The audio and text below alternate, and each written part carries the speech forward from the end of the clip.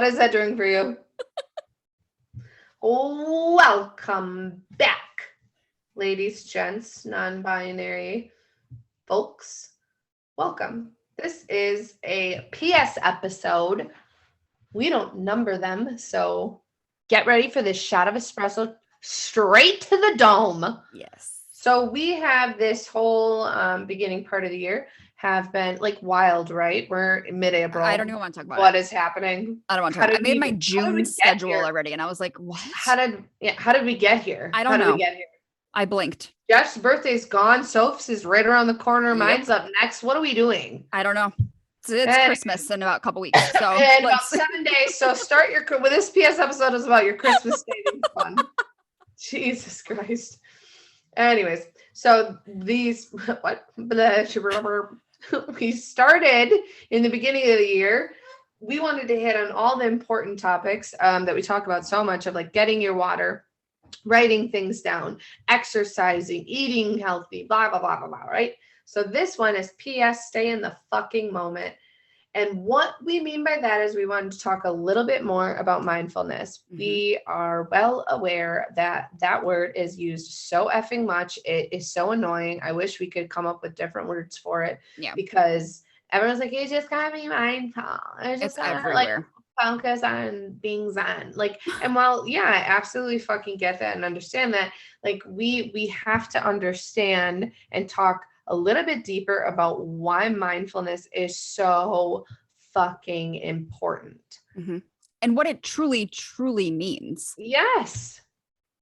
So to me, why mindfulness is so important is if you think about any of the mental health disorders that are in the DSM-5, like which govern anybody who is in a helping profession. So like a mental health profession, I should say, mm-hmm. not a helping profession. But so it gives us all of our statistics and criteria and verbiage on how to diagnose somebody and who falls in what where. Everything I won't say everything because it's black and white.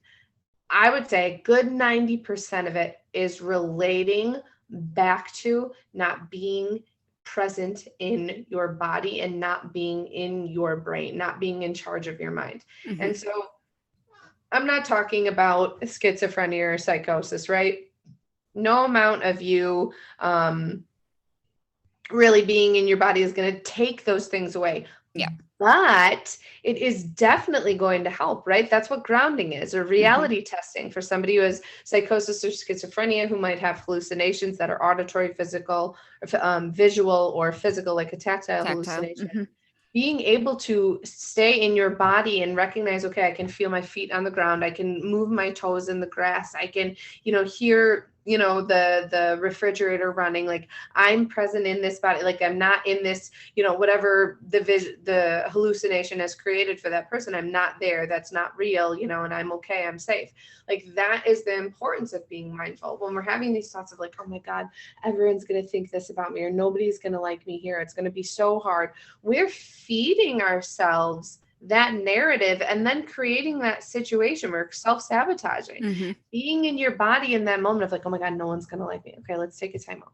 So no one in the whole room is going to like me where I was invited to wherever this thing is. No one's going to like me. There may be one or two people there, maybe who I don't get along with, or maybe I don't see eye to eye with, but okay, let's focus on the people that I do get along with, or the mm-hmm. people that I do see eye to eye with, or how I can start conversations with people and maybe make new friends.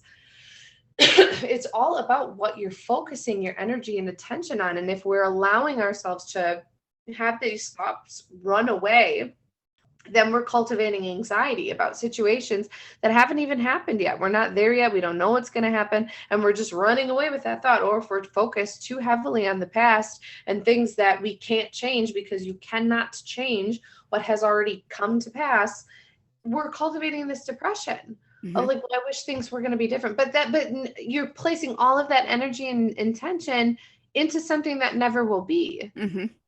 Does that make sense? Yeah. I am looking at it from the point of view of, I love my phone. I love technology, right? Mm-hmm. However, I grew up in a much simpler time where that wasn't a thing. And you had to be present. There was no other, yes, there was distractions, physical distractions, but I was just talking to Mari about this. How many times have I been watching a show or a movie that I am invested in and I will still pick up my fucking phone to check Instagram? For what? That is not being mindful. That's trying to multitask, which is inefficient. Literally.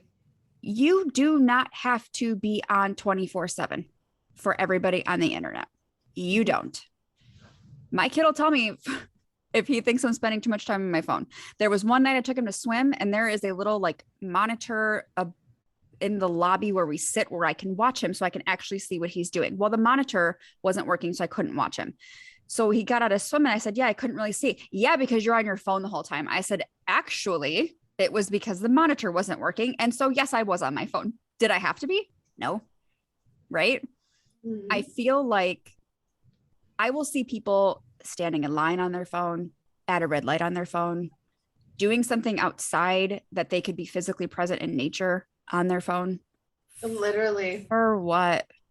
You're missing what is around you. I just went on vacation, and the amount of people that were at the pool or, you know, walking on the beach or just walking around the resort on their phone versus like having the opportunity to take these things in. And I get that some people at the beach or maybe at the pool were listening to books on their phone, because I do audiobooks. Sure. But I'm saying like I can see them, you know, when somebody's scrolling on their phone. Yes. You see them scrolling on their phone. Just like that when the plane landed, the second it landed, people pulled their phones out immediately. Yep. Or just, I can see the people around me just scrolling on their phones. It's not like, obviously, you know, people are going to text their loved ones, hey, we landed, or come pick us up, or blah, blah, blah. But these people are legitimately just scrolling. It's like the second there is this moment break in something happening, we immediately have to have something going on. And it's like, that you're creating that cultural ADHD, that with the societal ADHD that we've created. And we then are starting to think, well, I got to do more. I got to have this. I got to have that. We got to go further. I got to be better.